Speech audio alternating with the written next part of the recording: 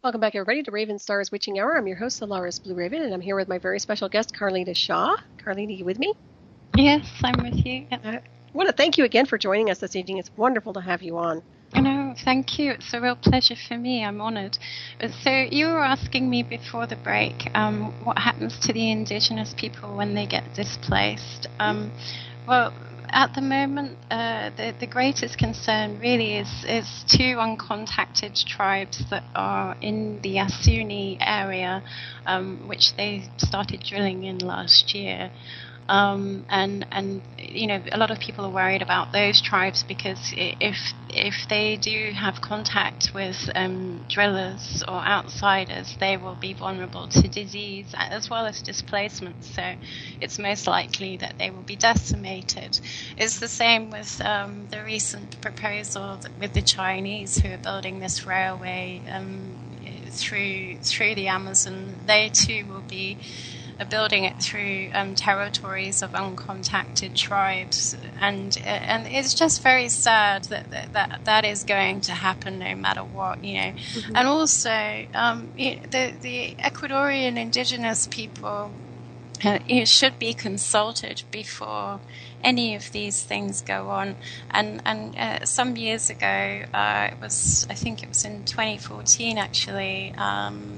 They collected about 800,000 signatures and presented them to the government for a referendum to beg the government not to drill in Yasuni.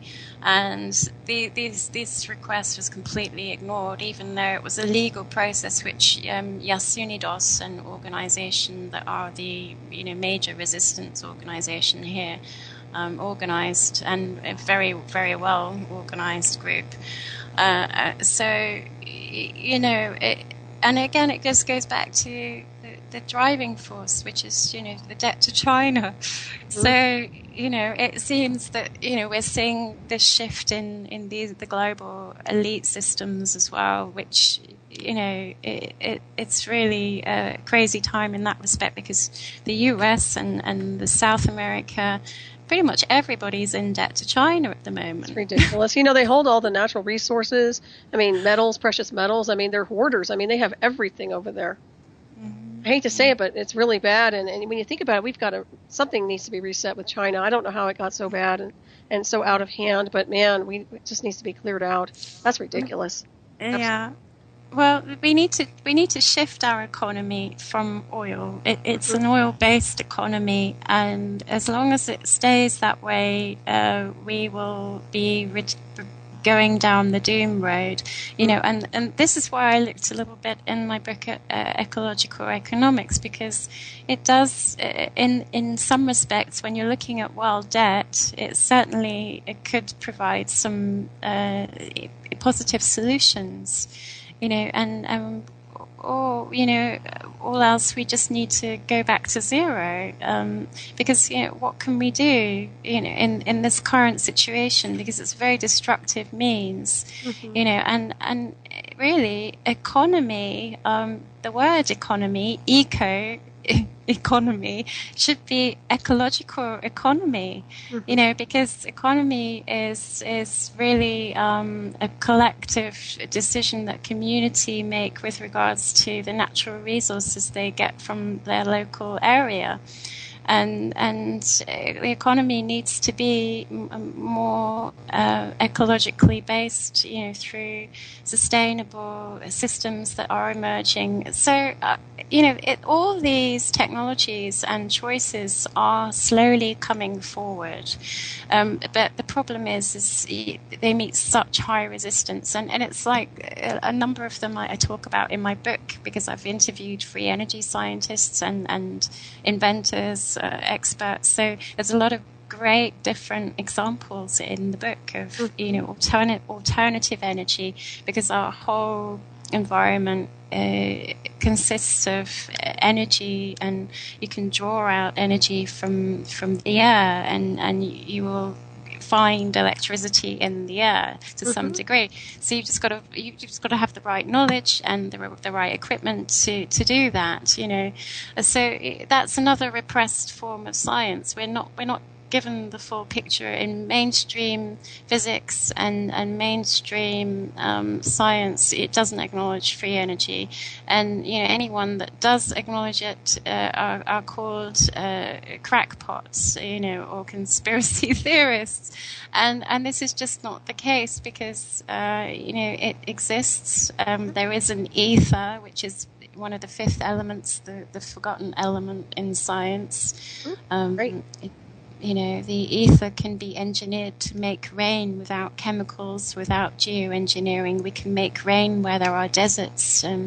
Trevor James Constable is somebody I interviewed whose 60 years of work he was working on giant ships using pea guns based on Wilhelm Reich's work, and he also did a lot of experiments with flying with these special devices that can engineer the ether and create rain. He did experiments in Malaysia. He was sponsored by the Malaysian government to make rain because they were in a drought, and he did it. Without any malevolent technologies, just knowledge of the ether and a copper pipe with ceramic inside. And all of that is in my book. If people want to find out about it, and what free energy really is, because we're not taught the whole picture. Again, it's the same with climate. There's a reason we're not taught the whole picture. The law of conservation of energy. Most people know that they think they know that you cannot take more out of the system than you put into a system, and it's almost true, but not quite. As you can take more out of a system than you need to put into the system, with electricity. And there are so many ways of doing that. And most people just think of solar or wind or geothermal. And there are more sophisticated ways of doing it with, the very earliest ways were just with sticking a giant aerial up in the air and pulling energy out of the air, which Tesla did, And then it just went on from there. So, people have been using all kinds of amazing, sophisticated magnetic systems and just leverage. I know people who produce electricity just with machines they've created from the leverage movement, and others with special batteries that can be recharged for a very long time, self-sustaining. It's just the list is really endless, and it's very complicated. I myself, I'm not a physicist. I'm not an expert in physics, but I've done a lot of interviews with these experts, and their information is very educational and enlightening. And when you learn from them, the real truth, you can understand more of the bigger picture. Because why is it that we've got wireless technology on the internet, but we don't have wireless electricity yet? They don't want it to be. It's all about money once again. But you're right. Tesla designed that whole free energy grid, where we literally could just plug in through the ethers and literally have 0 point transmissions. I mean, we are 0 point. I don't care what anybody says. If you have an etheric body, if you have a soul and consciousness, you're connected to 0 point, in my opinion, if people really knew how to harness that frequency and energy. Absolutely. So, but it's fascinating. And you look at the California drought right now, and then you just discuss, some of the things that were going on with actually helping areas and assisting them through these technologies that can actually, help with the drought. So what's California's problem right now is my question, is why aren't they working on something like that, you would think? Well, actually, when I spoke to Trevor James Constable and interviewed him with regards to his rain engineering, this technology that he used to clean up the LA's drought in I can't remember what year it was, in 70s or something. I can't remember what year, but he used it. He was commissioned by the local government to clean up the drought, and it was amazing what he did. It was the year they had really terrible fog from pollution. And so he flew his plane over LA, and amazing results just cleared up the drought, the fog and air pollution was all cleaned up. And so, it doesn't just make rain where there is deserts or where there are deserts or, a lack of water. It also clears up pollution.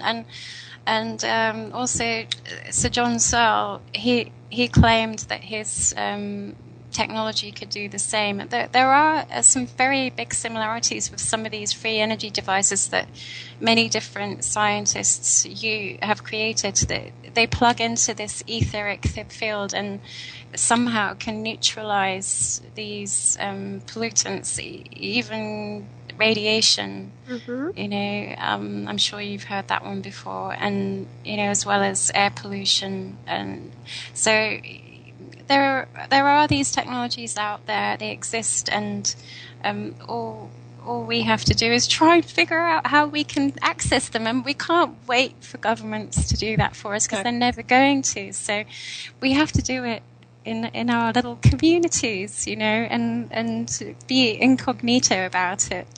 Right. Well, it's interesting because all the patents were confiscated for all these really inventors out there who have a lot of, obviously they have so much information under their belts and so far as what can change the world, and yet it gets hidden, of course, and it goes into the black technology programs, which is unfortunate. But you're right, when you think about the radiation, say for like Fukushima or something like that, I mean, if we have the technology to neutralize these things, why on earth are they not using them? For goodness sakes, I mean, it's so stupid. I can't believe some of the stuff that's going on here on the timeline.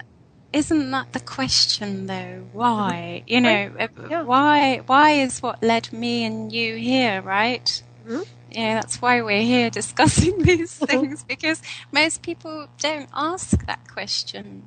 No, they don't. I think they're so busy in their little worlds. But the problem is this big agenda is starting to descend onto them in their little worlds. So they can't escape it much more. We're going to have to deal with these things. And obviously you can't wait on a corrupt government to do anything but just take more money out of people's pockets.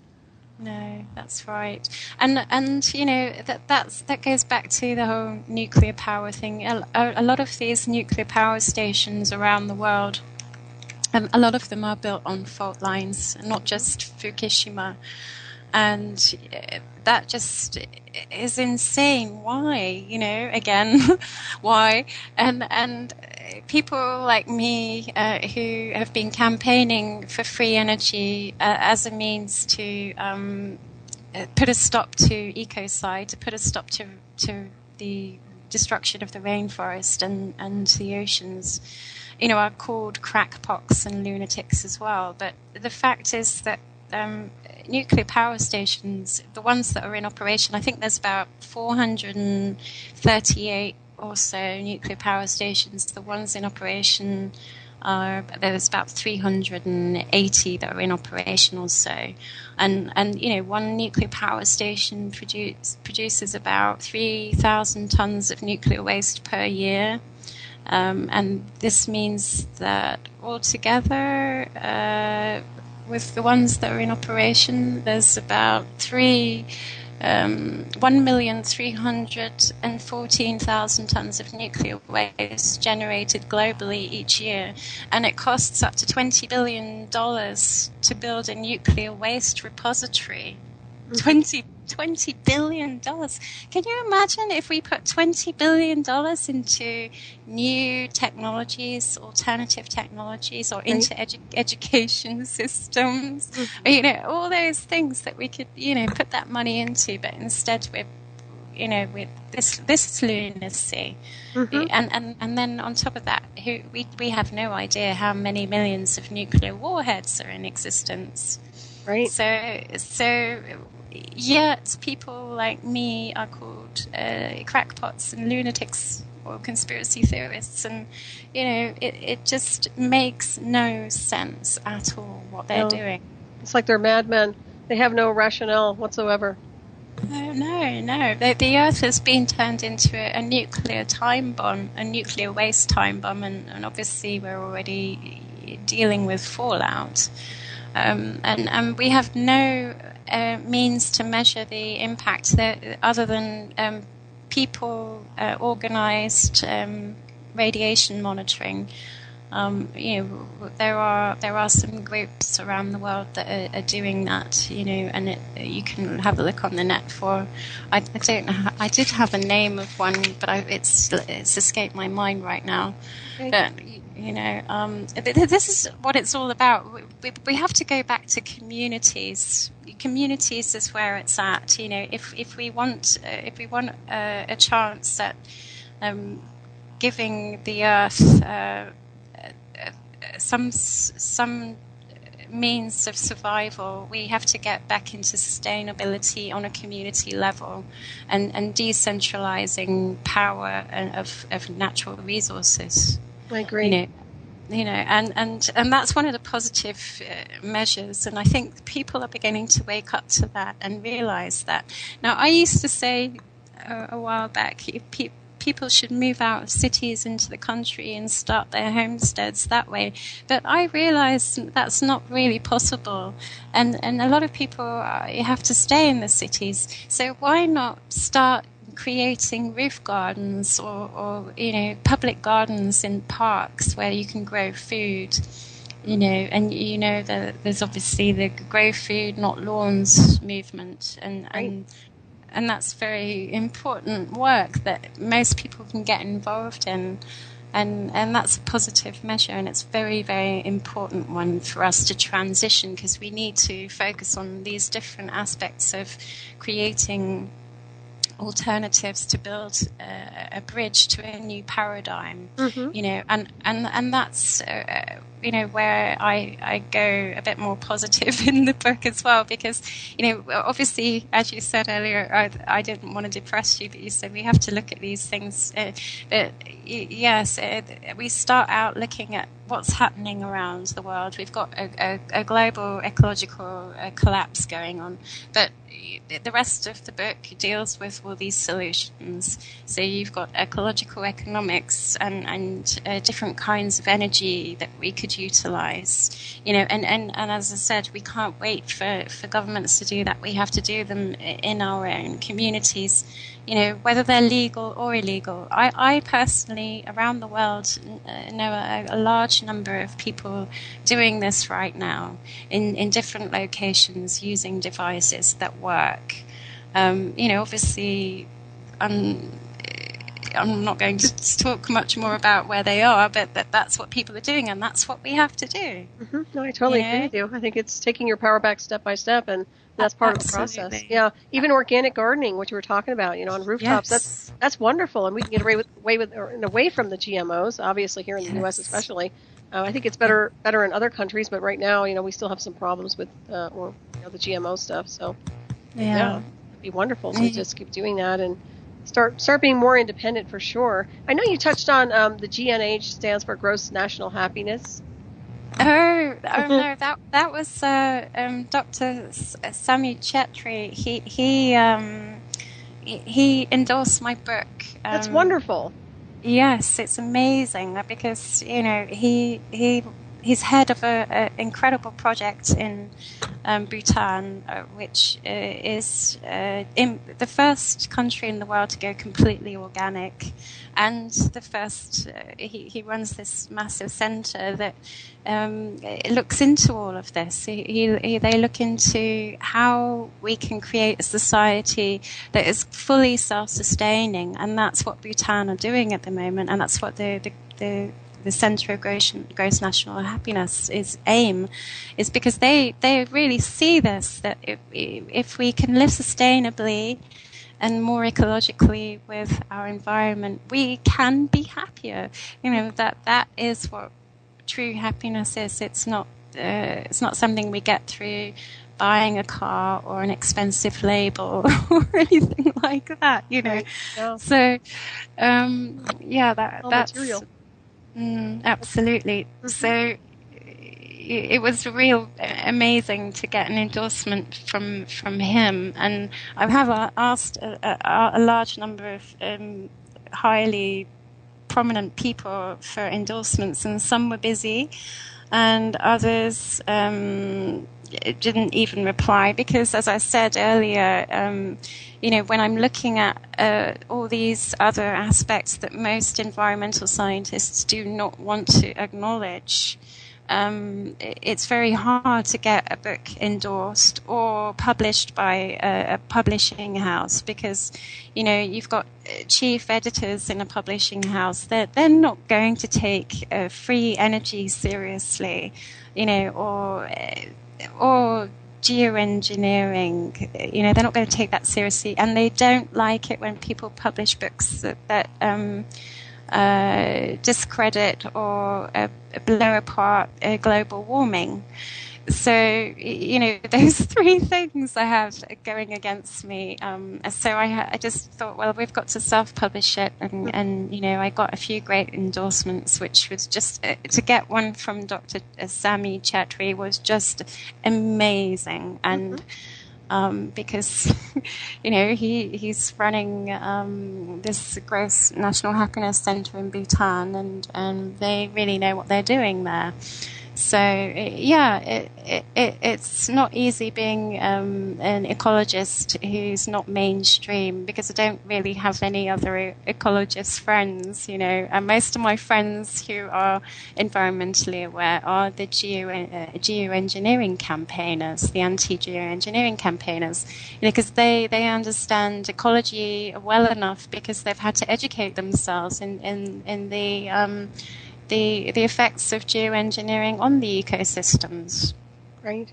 Yeah. Well, I think your book is awesome. I started reading through it. I didn't finish the entire thing, but I encourage everybody to pick it up and definitely read it. Yeah. I didn't have enough time in the illusion of time to finish it, but I certainly enjoy it. No problem. And it's well written, and I must say very, very impactful on so many different levels. So once again, I do applaud you for your information and all that you're doing, because this is very important information you're sharing with us tonight. So thank you again for doing that.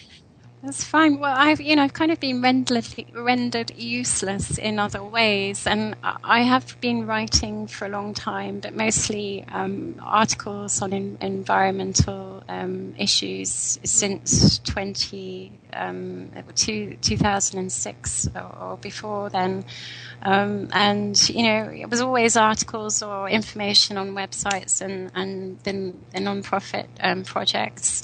And, the work has always just been about trying to find answers to the problems. And then, when I came here, and the story I told you at the beginning about the military coming into the Shiria territory and all, everything from there sort of slid downhill a bit with my environmental projects here. And I've put my non-profit on hold and the work on hold with the volunteers, because I was worried that there were going to be more civil war issues. I didn't want to put any volunteers in danger. Mm-hmm. But so far, there's only been small outbreaks of violence in a few areas, but it will get worse, in my opinion, in a few years, as the destruction unfolds. And I think it's particularly bad for environmental protectors or protesters in Brazil and Peru. It's worse, in Brazil specifically. Over the last 10 years in Brazil, about nearly 500 people have been killed, just because they've been defending their land. Wow. And in Peru, a few years ago, 14 medicinal plant shamans were systematically murdered, and there was some excuse about some weird story behind it. But I personally think that was done to try and destroy their knowledge of plants, and that's a project that I set up a while ago because I could see the dangers of the destruction with the Amazon, is that we really do need to preserve indigenous plant knowledge, because the indigenous people are walking encyclopedias. Right. When I spent time with them, you just can't believe what they know in their heads about every single plant and its use and what it can do. and they're very, in that respect, they're very innocent of what the pharmaceuticals can come along and take that information away and patent it for themselves, and then tell them to stop using it, just take this pill instead. So it's really important that we preserve that knowledge. And I was really happy to hear recently that one indigenous group created a 5,000-page encyclopedia with their knowledge. I wanted to create a database where you can have a picture of the plant, a three-dimensional picture of the plant, which you can turn around and look at and learn how to identify online. And then its medicinal uses and ecological uses, and how they use it. That would also be good. So at some point in the future, I'd like to get that done. But it's important work, and not enough work is being done to record their knowledge. In that respect, I agree, because isn't it just word of mouth? Yes, yeah, it is. Mm-hmm. Absolutely, exactly. And this is one of the other reasons why they're getting systematically targeted. It worldwide, and obviously this has been ongoing for centuries. But it's the pace is fastening on indigenous people worldwide. That they are the guardians of the land, the last great wildernesses. They are the guardians. Science and environmental conservationists are acknowledging that they are the best people to use in environmental preservation. One of the reasons is because they're completely money motivated. They don't need money. They have everything they need from the land. They're very self-sufficient. A lot of the people that I met in the rainforest that have never been out and seen a town or a shop or anything like that, they don't want to. They have no desire to. A few of them do, but most of them are quite happy where they are, and they have everything they need in that respect, and they're so connected with nature. It's so natural for them. One of the amazing medicine men that was our guide the whole time we were there was so in tune. When he was walking through the forest in front of us, he would put his hand up, and we were behind him, and he'd tell us to stop and be quiet. And then he'd walk several meters ahead and pick up a leaf, and underneath this leaf was a very beautifully colored frog. And he just knew it was there, and he would show us where it was.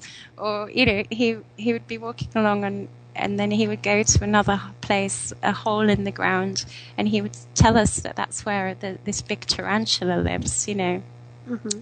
So he didn't even need to see the animals. He could just feel them and sense them ahead. Mm-hmm. That's how in tune he was with the forest. It's wonderful. Yeah, their psychic energies are very switched on. Well, that's so nice. They don't get polluted or contaminated with mankind's, I don't know. I don't want to say advancement, but there's something to be said about going in within and just living in an area like that where you're just not connected to all the busyness of the world.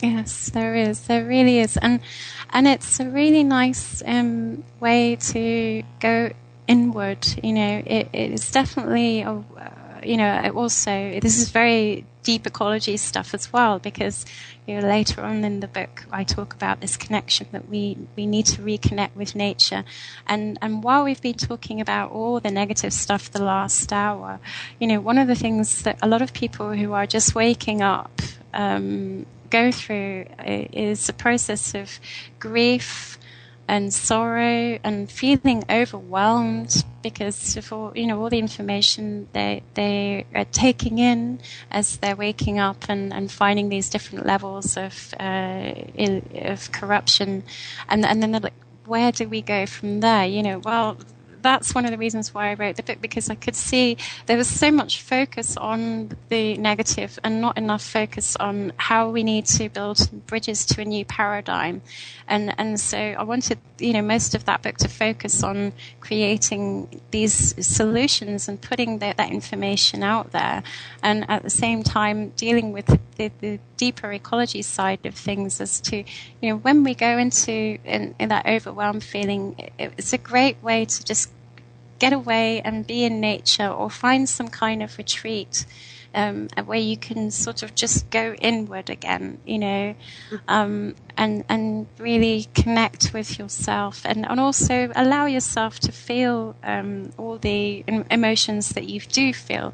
There's a lot of new age toxic information out there about, try and stay positive all the time, and your positivity will change the reality outside of you. But that's just not the case. Because if it was, we would have gotten rid of, the problem by now, right?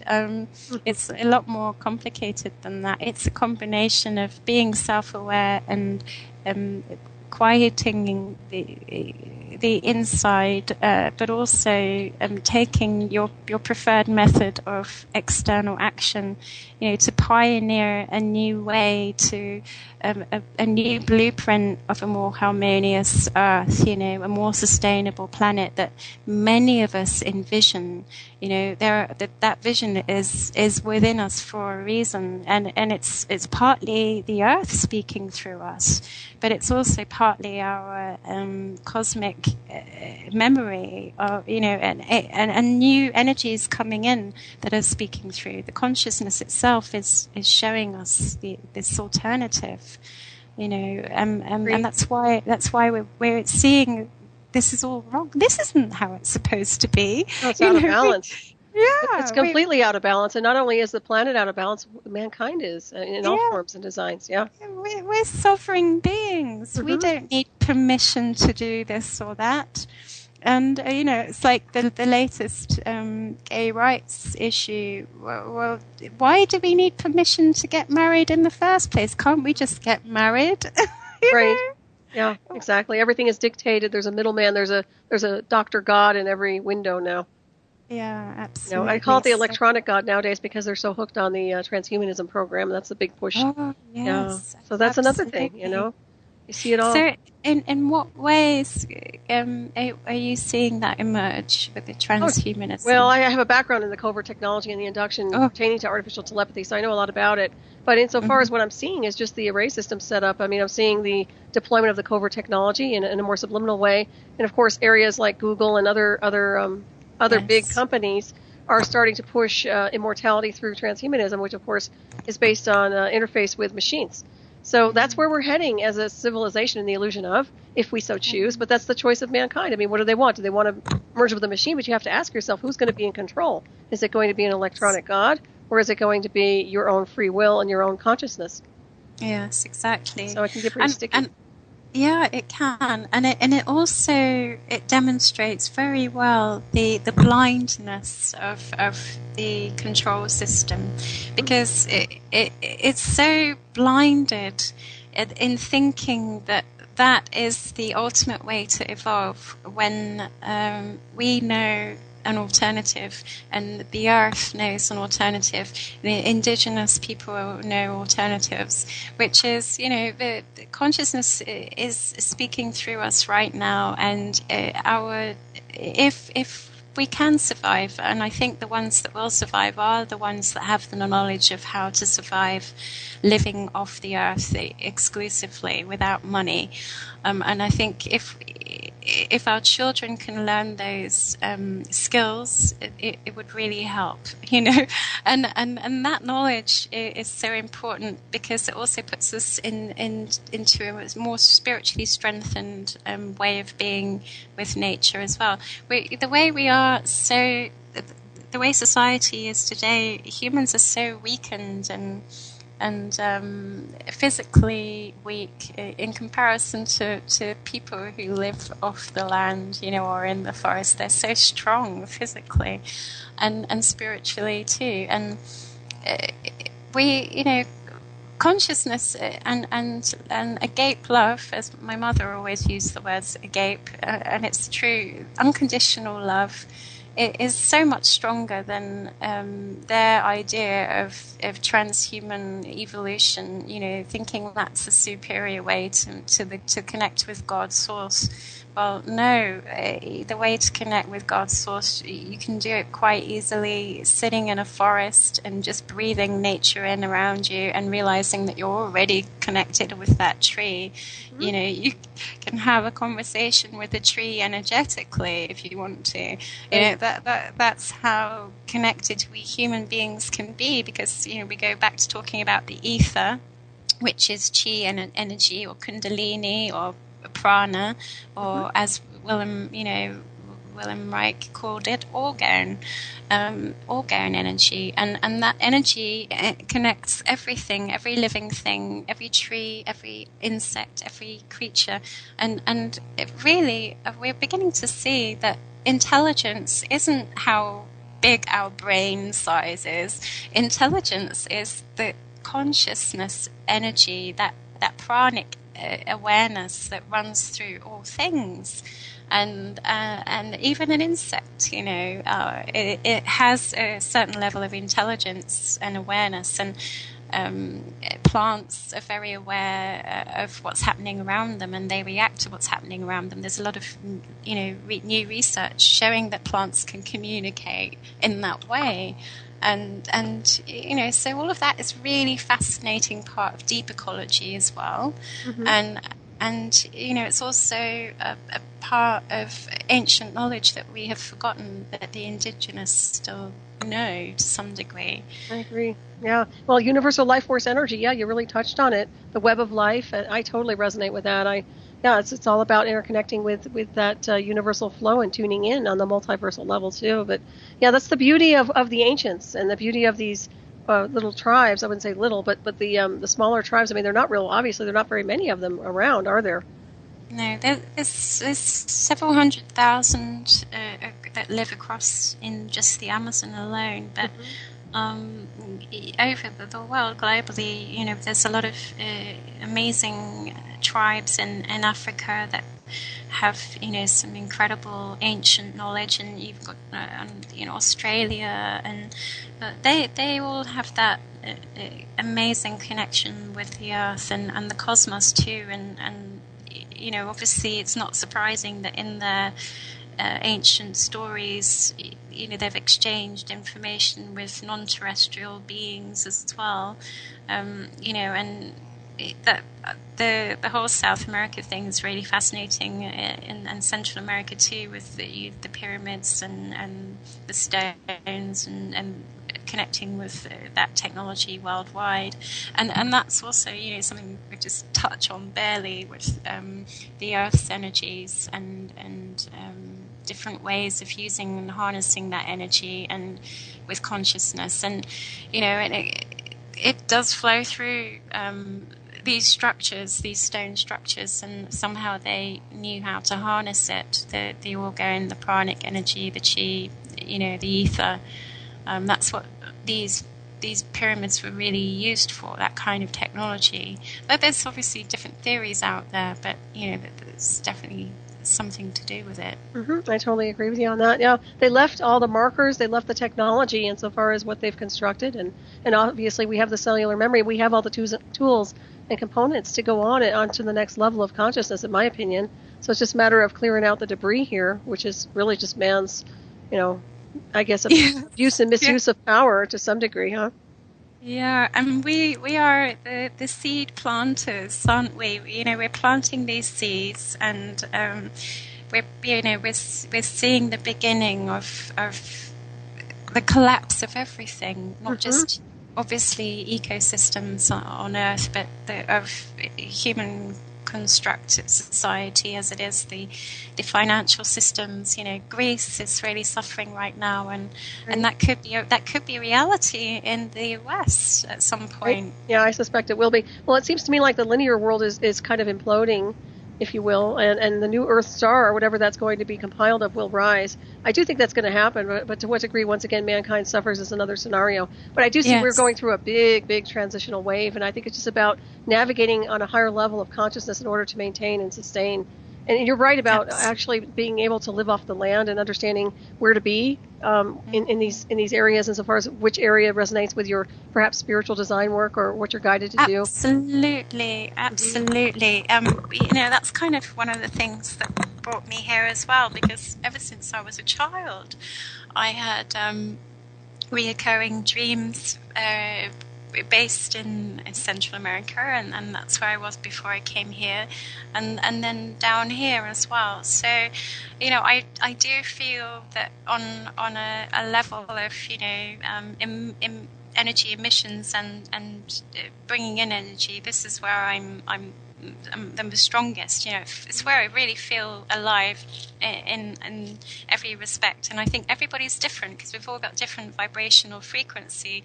We have to find our little niche around, you know, geographically. And some of us will move geographically because of these changes, and some of us will stay in the same place. And, you know, those that will stay in the same place will, you know, be just as pioneering and doing a lot of work, paving the way for new changes. And, you know, that's what I refer to as, you know, people who are the bridge builders and the map makers.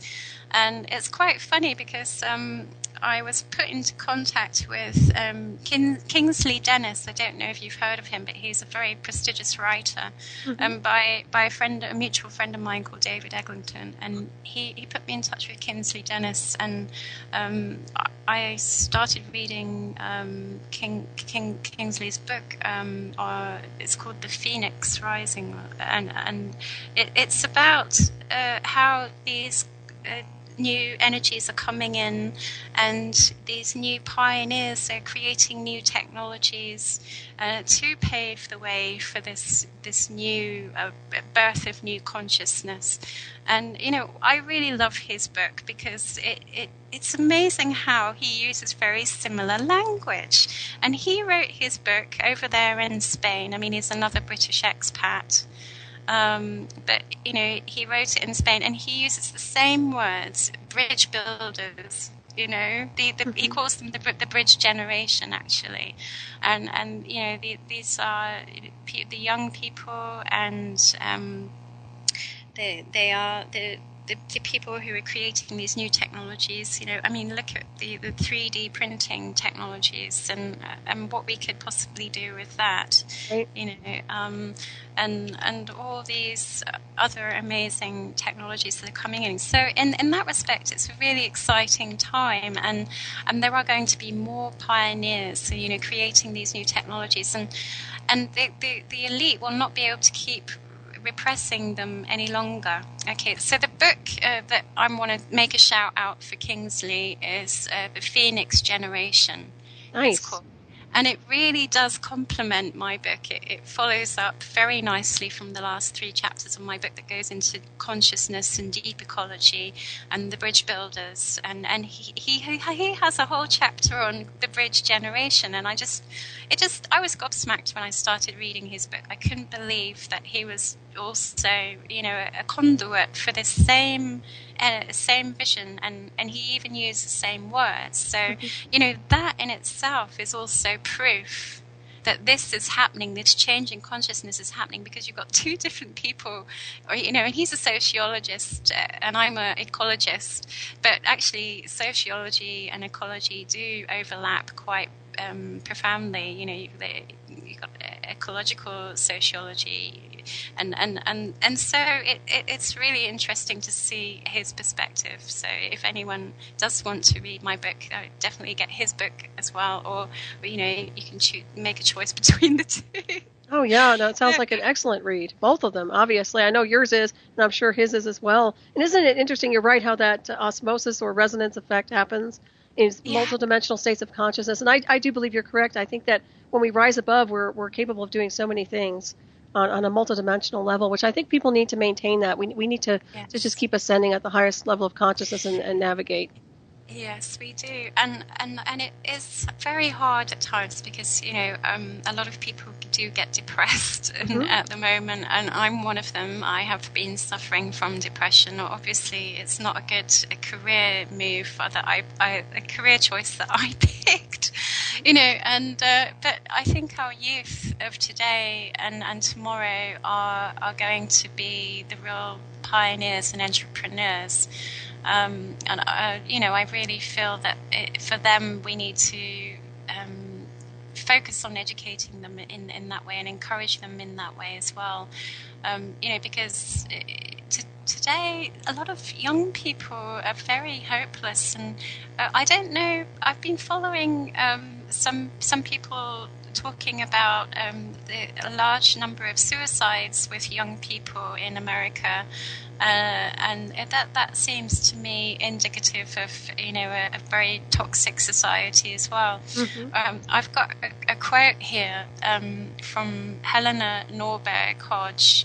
And you'll find this interesting, what she says. At a deep psychological level, convincing young people that they will get the respect and admiration and love that they are looking for through consumerism is a manipulation of a deep human instinct to want to belong. Advertising and the media reinforce this message in the process, destroying the community structures that provide people with the affirmation that they need. We have evolved in groups, deeply interdependent and connected. The separation and competition of the modern world is antithetical to our deepest needs. And it's true, because we are seeing a very fast fragmenting of communities, and I think young people are very lost, more so than they have ever been, and their purpose as well, and it just seems to be that, they are losing a sense of self-worth a lot quicker, I agree. Yeah, it's very concerning. Well, I think it has a lot to do with the kind of heaviness that's over here. I mean, I can speak for America insofar as there's a real inertia going on right now, energetically speaking. It's not that high vibration it used to be. There's some things that are altering in frequency, and I think that it does affect people energetically speaking on so many levels. And also, America is the hub of transhumanism. That's where they're doing a lot of their experimentation. We have a lot of organizations out here like DARPA and other areas that are literally doing technological enhancements, and some of the stuff is covert and black technology oriented. So I can see that might have some kind of an influence as well.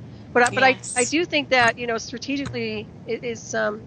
Where you are strategically is a good sign. I mean, I really believe in my heart that people need to follow spirit, which means follow and go where you need to be and pay attention to the multiverse as your compass in order to be able to maintain and sustain yourself when these big transitions hit.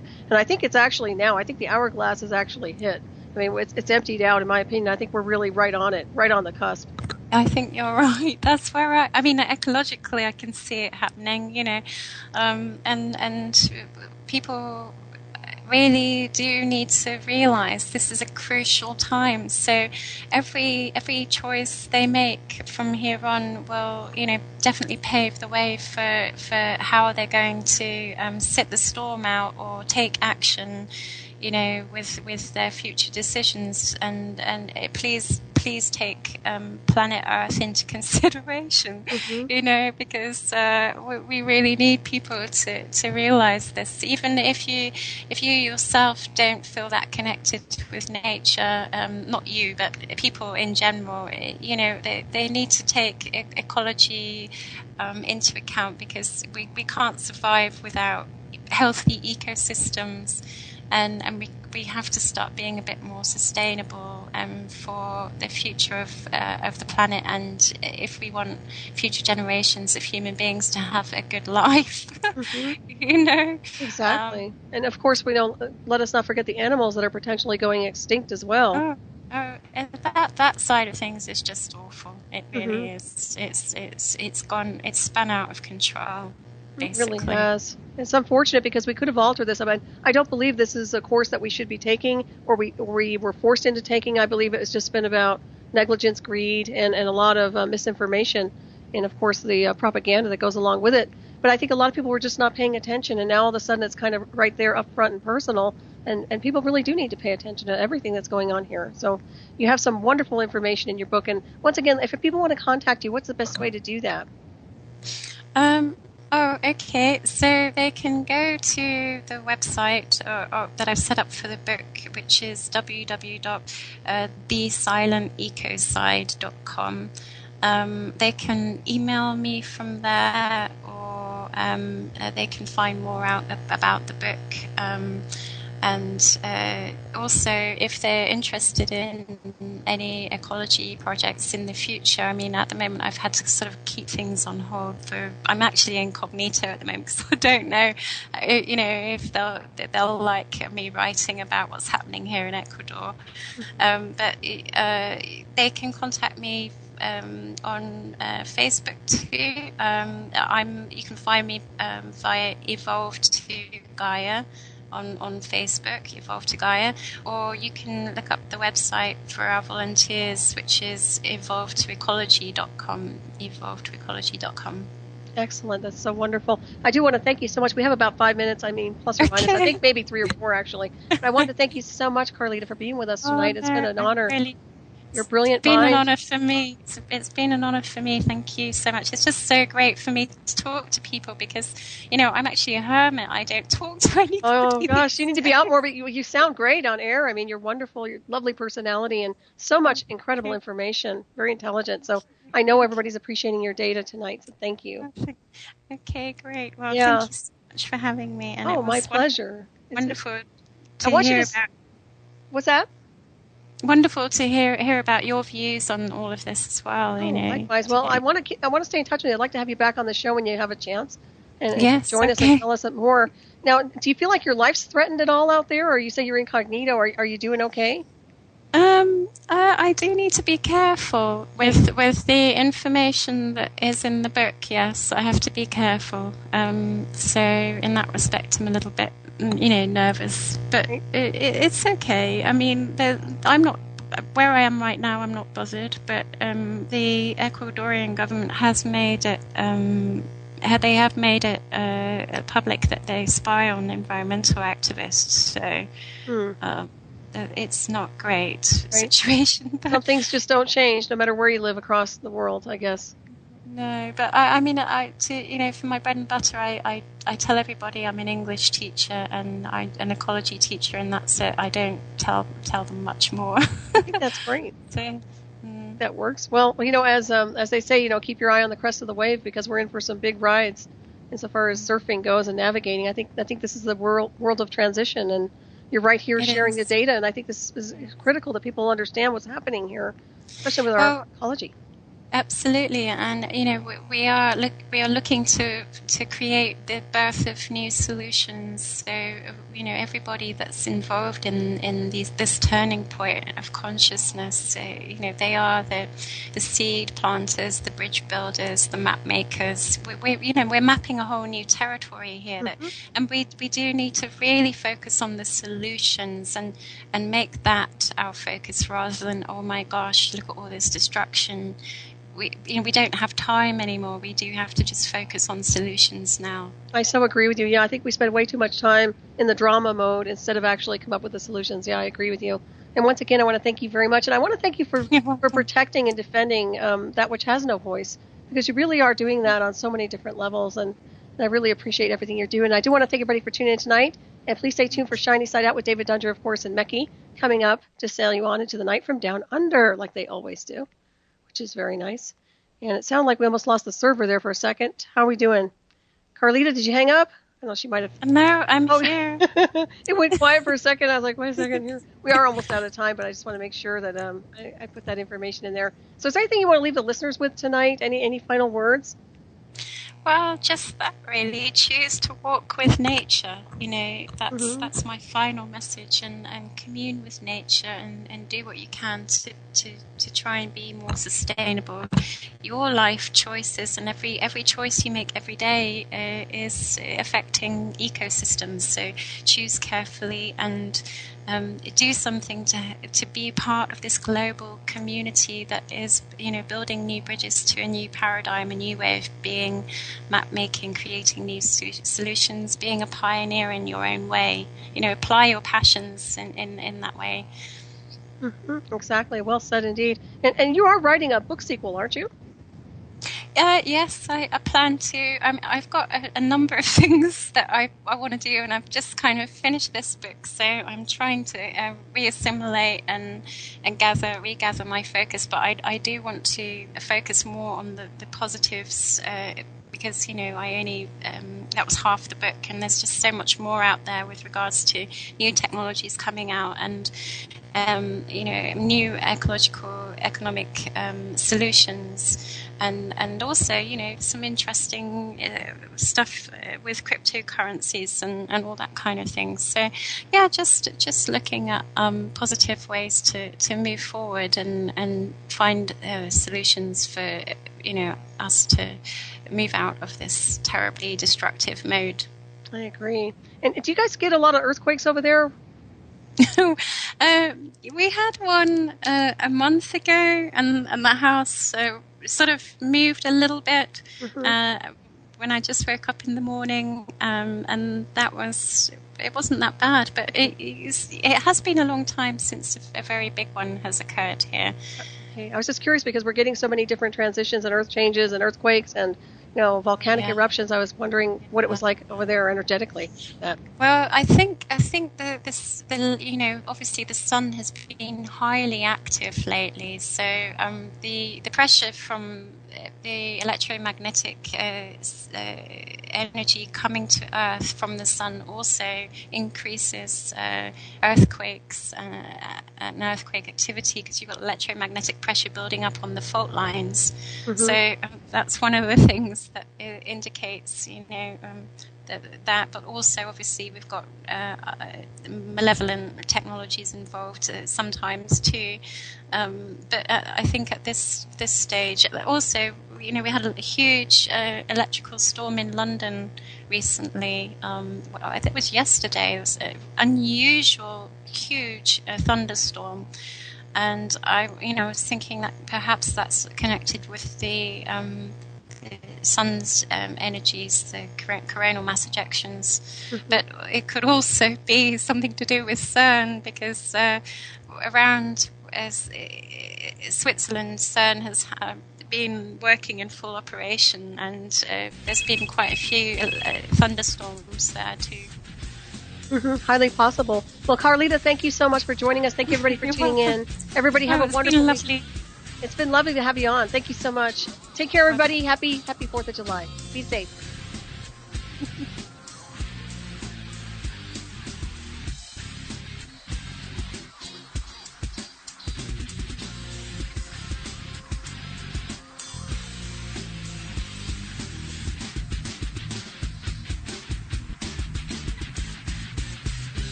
Listening to Revolution Radio.